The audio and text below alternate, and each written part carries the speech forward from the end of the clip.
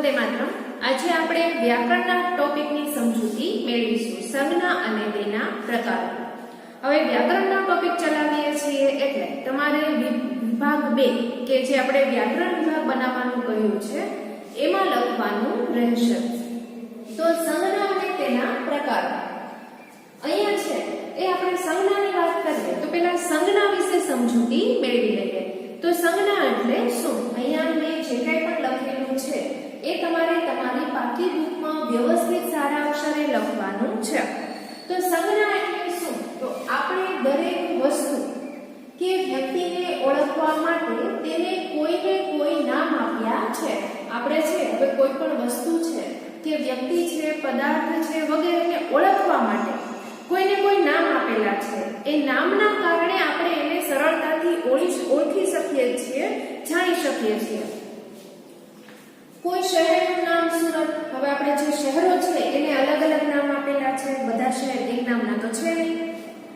તો કોઈ પશુને ગાય છે, ભેંસ છે, બકરી છે, આમ પશુઓને પણ નામ આપેલા છે।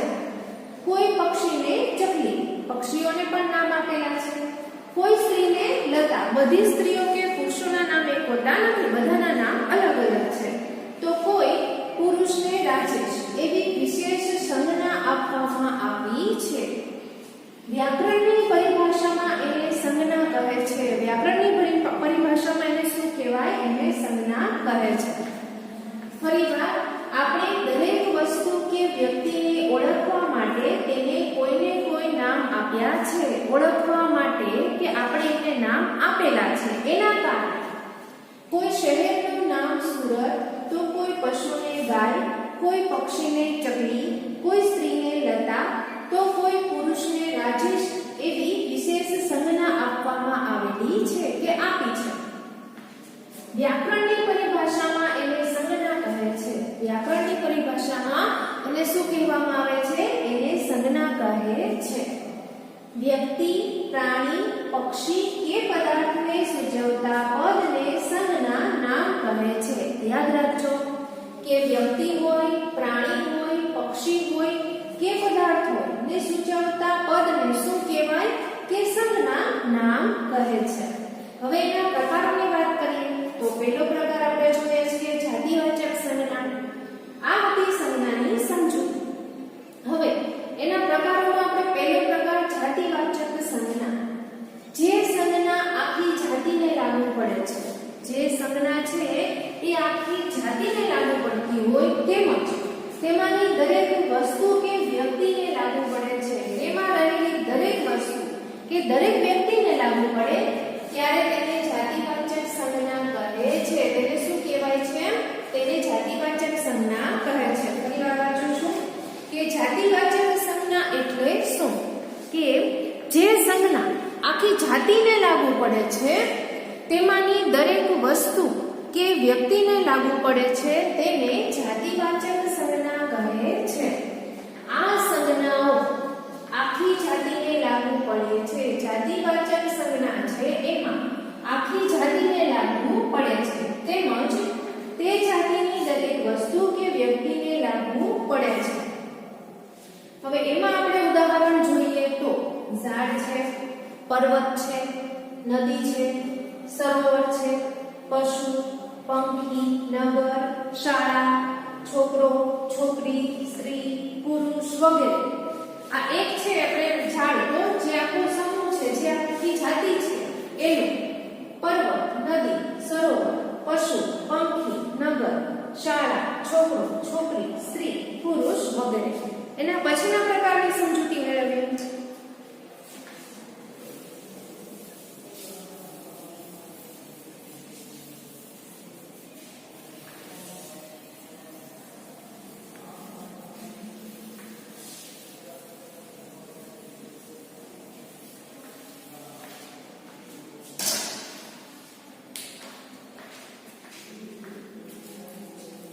હવે ત્યાર પછી છે વ્યક્તિવાચક સંજ્ઞા। પહેલા આપણે જે પ્રકાર જોયો એ જાતિવાચક, હવે વ્યક્તિવાચક, જેમાં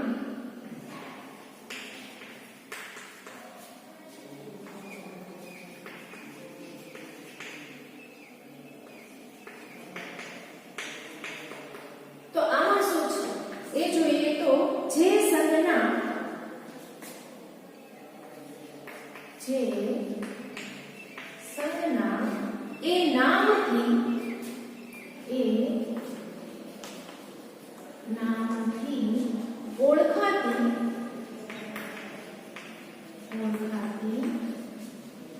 એક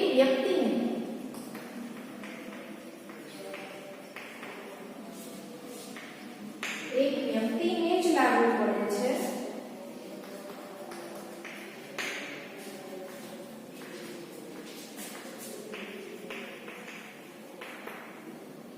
તેને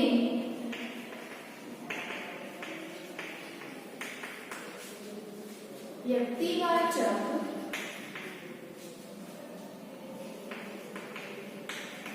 સંજ્ઞા કહે છે. આ સંજ્ઞાઓ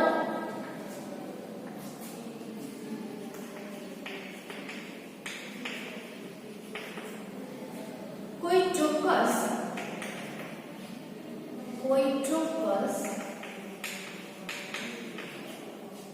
વ્યક્તિને જ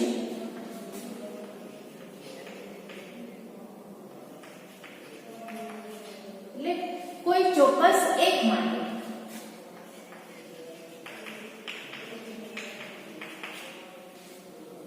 વ્યક્તિને જ લાગુ પડે છે.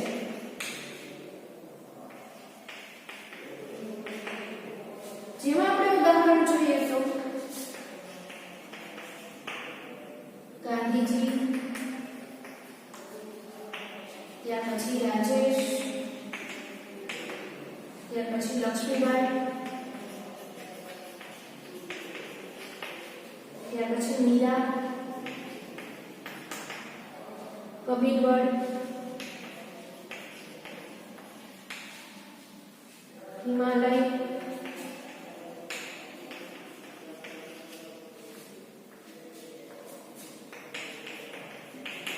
ગંગા નદી વગેરે. કોઈ ચોક્કસ એક માટે વ્યક્તિ અને સાથે સાથે જે હિમાલય છે, ગંગા નદી છે વગેરેનો સમાવેશ થઈ જાય છે. એના પછીની સંજ્ઞા જોઈએ તો દ્રવ્યવાચક સંજ્ઞા.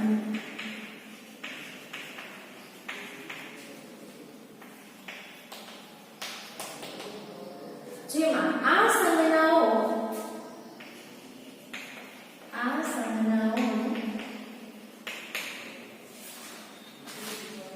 પ્રવાહી, અનાજ, કઠોળ, ખનિજ,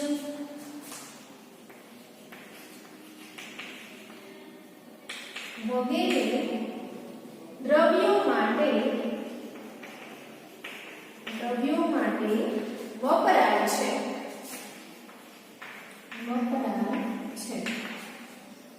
જે સંજ્ઞાઓ દ્રવ્યો માટે વપરાય છે,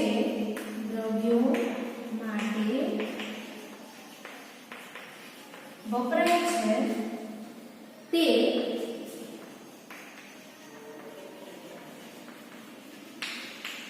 દ્રવ્યવાચક સંજ્ઞા કહેવાય છે. જેમાં આપણે ઉદાહરણ જોઈએ તો પાણી, દૂધ, ઘી, ઘઉં, ચોખા, બાજરી,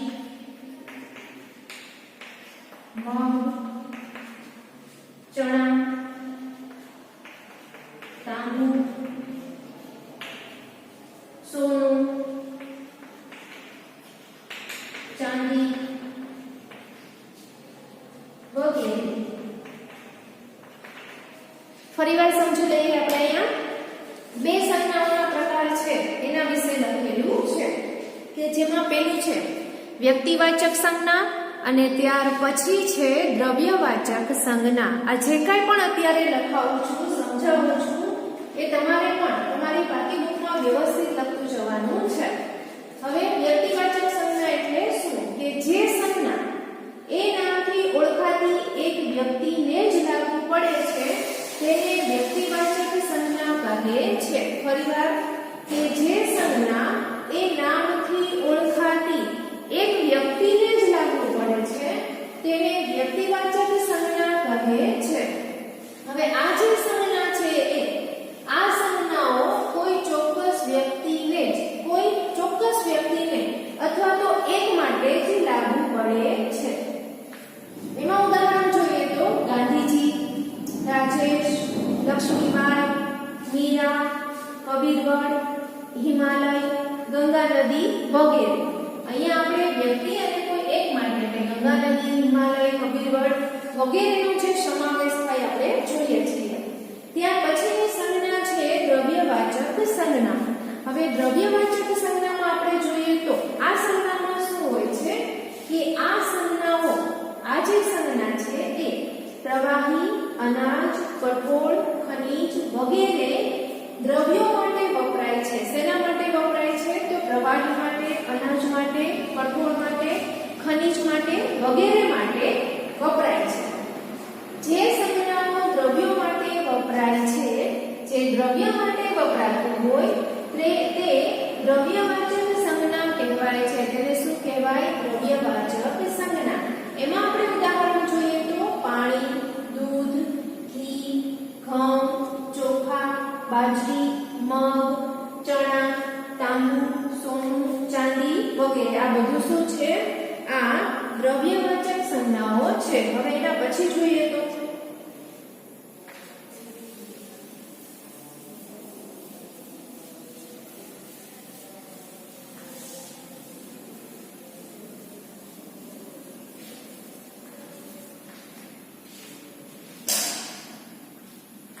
દ્રવ્યવાચક સંજ્ઞા પછી આપણે જોઈએ તો છે સમૂહવાચક સંજ્ઞા.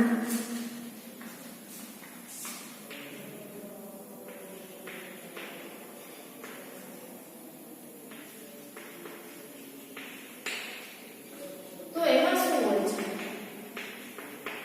સમૂહવાચક સંજ્ઞા. હવે અહીંયા આપણે જોઈએ તો કોઈ એક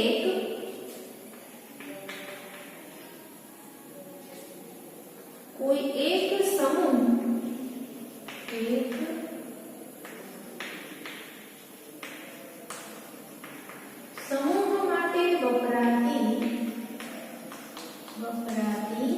સંજ્ઞાને સમૂહવાચક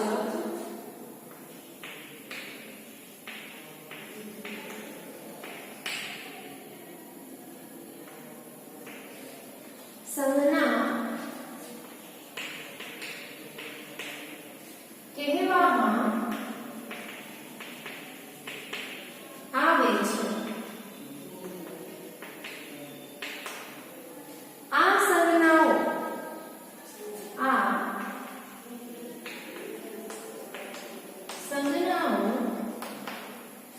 અમુક સમૂહ માટે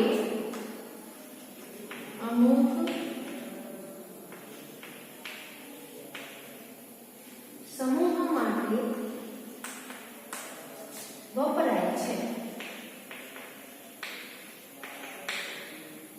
આ સંજ્ઞા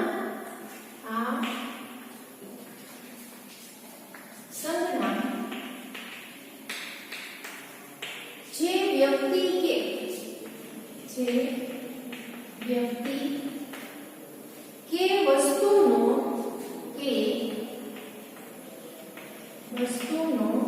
સમૂહ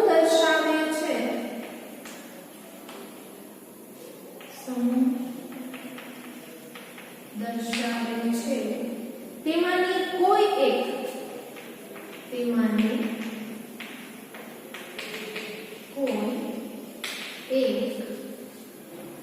વ્યક્તિ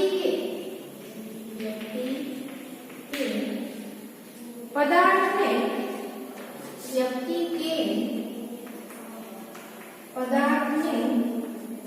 એ શબ્દ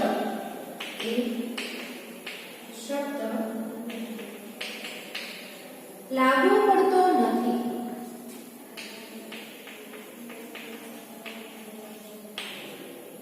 હવે એમાં આપણે ઉદાહરણ જોઈએ તો ટોળું,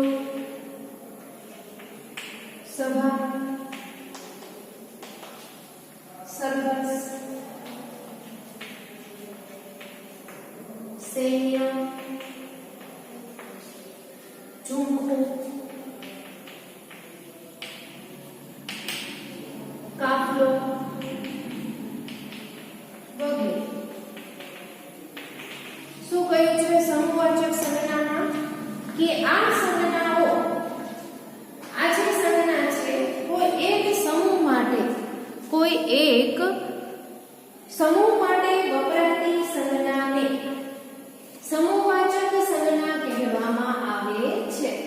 આ સંજ્ઞાઓ અમુક સમૂહ માટે વપરાય છે. ફરીવાર, કોઈ એક સમૂહ માટે વપરાતી સંજ્ઞાને, જેમાં આખા સમૂહની વાત છે, એ સમૂહવાચક સંજ્ઞા કહેવામાં આવે છે. આ સંજ્ઞાઓ અમુક સમૂહ માટે વપરાય છે. આ સંજ્ઞા જે વ્યક્તિ કે વસ્તુનો સમૂહ દર્શાવે છે, આ સંજ્ઞા છે એ કોઈ જે વ્યક્તિ કે વસ્તુનો સમૂહ દર્શાવે છે તેમાંની કોઈ એક વ્યક્તિ કે પદાર્થને એ શબ્દ લાગુ પડતો નથી. એમાંથી જે કોઈ એક માટે એક વ્યક્તિ હોય કે એક પદાર્થને એ શબ્દ છે લાગુ પડતો નથી. ઉદાહરણ જોઈએ તો એટલે આખા સમૂહની વાત કરેલી છે કે ટોળું છે, સભા છે, સરઘસ છે, સૈન્ય છે, ઝુંપું છે, કાફલો છે વગેરે. તો હવે અત્યારે છે એ આપણે સંજ્ઞા અને તેના પ્રકારો છે એના વિશે સમજૂતી મેળવીએ.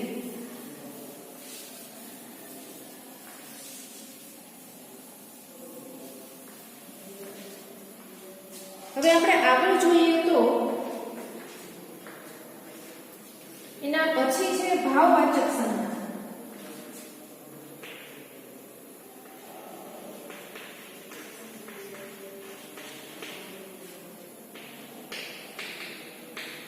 તો આ સંજ્ઞામાં શું છે? તો જે સંજ્ઞાઓ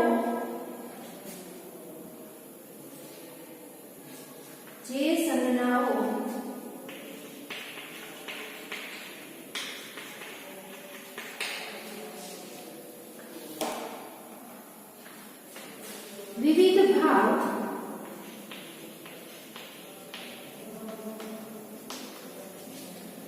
સૂચવતી હોય તેમને ભાવવાચક સંજ્ઞા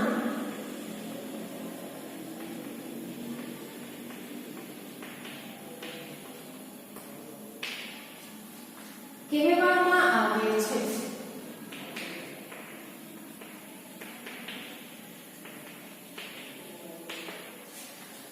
ભાવવાચક સંજ્ઞામાં શું છે કે જે સંજ્ઞા છે એ વિવિધ ભાવ છે, જે વિવિધ ભાવો રહેલા હોય છે એ ભાવ સૂચવતી હોય તેમને ભાવવાચક સંજ્ઞા છે એ કહેવામાં આવે છે. હવે એમાં શું આવશે? તો એમાં આવશે ડહાપણ, હોશિયારી,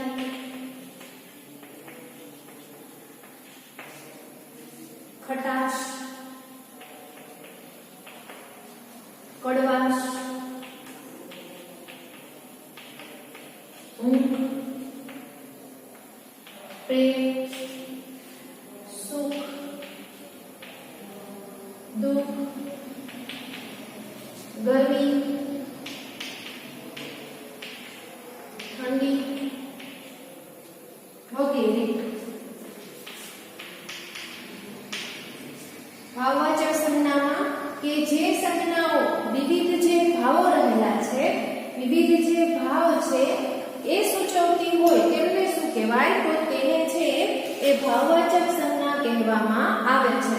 તો એમાં શું આવે? એમાં છે ડહાપણ આવે, હોશિયારી આવે, ખટાશ, કડવાશ, ઊંઘ, પ્રેમ, સુખ, દુઃખ, ગરમી, ઠંડી વગેરે વગેરે જે વિવિધ ભાવો છે એ આપણને જોવા મળે છે.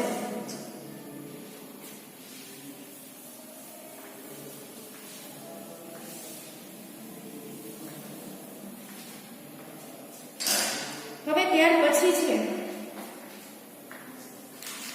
આપણે પરીક્ષાઓ, તો પરીક્ષામાં વ્યાકરણના જે પ્રશ્નો છે એ પૂછાતા હોય છે.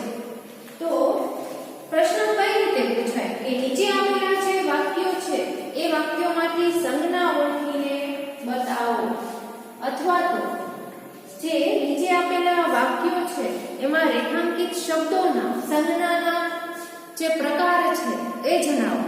તો એવા પ્રશ્નો છે પૂછાતા હોય છે. જેમાં આપણે જોઈએ તો નીચેના વાક્યોમાં રેખાંકિત શબ્દોના સંજ્ઞાઓના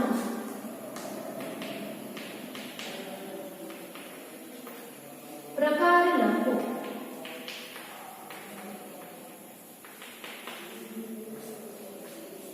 તો હવે એમાં પહેલું જોઈએ તો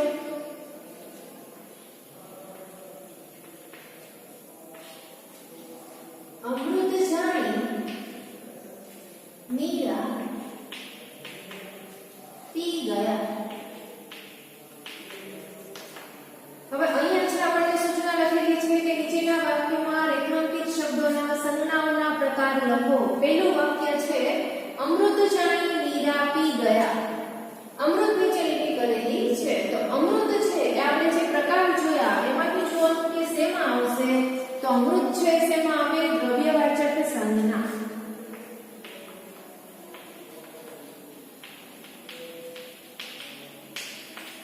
ત્યાર પછી જોઈએ તો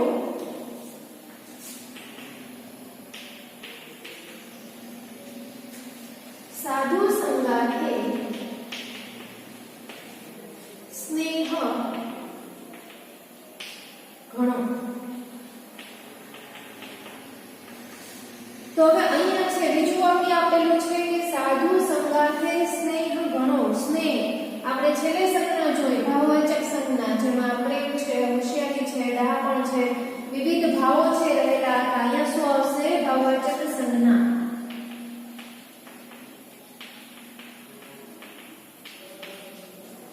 હવે ત્યાર પછી જોઈએ તો છાયા માટે તેના હૃદયમાં કરુણા જાગી.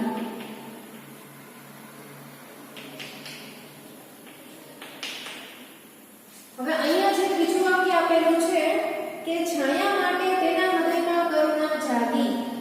શેના નીચે લીટી કરેલી છે? તો છાયા કોઈ એક વ્યક્તિનો ઉલ્લેખ છે એટલે અહીંયા આવશે વ્યક્તિવાચક સંજ્ઞા.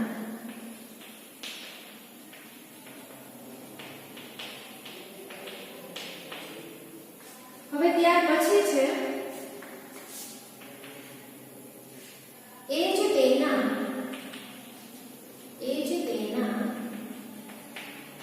મા બાપને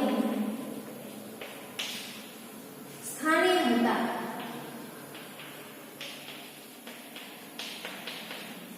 તો અહીંયા છે કે મા બાપને સ્થાને હતા એના નીચે લીટી કરેલી છે.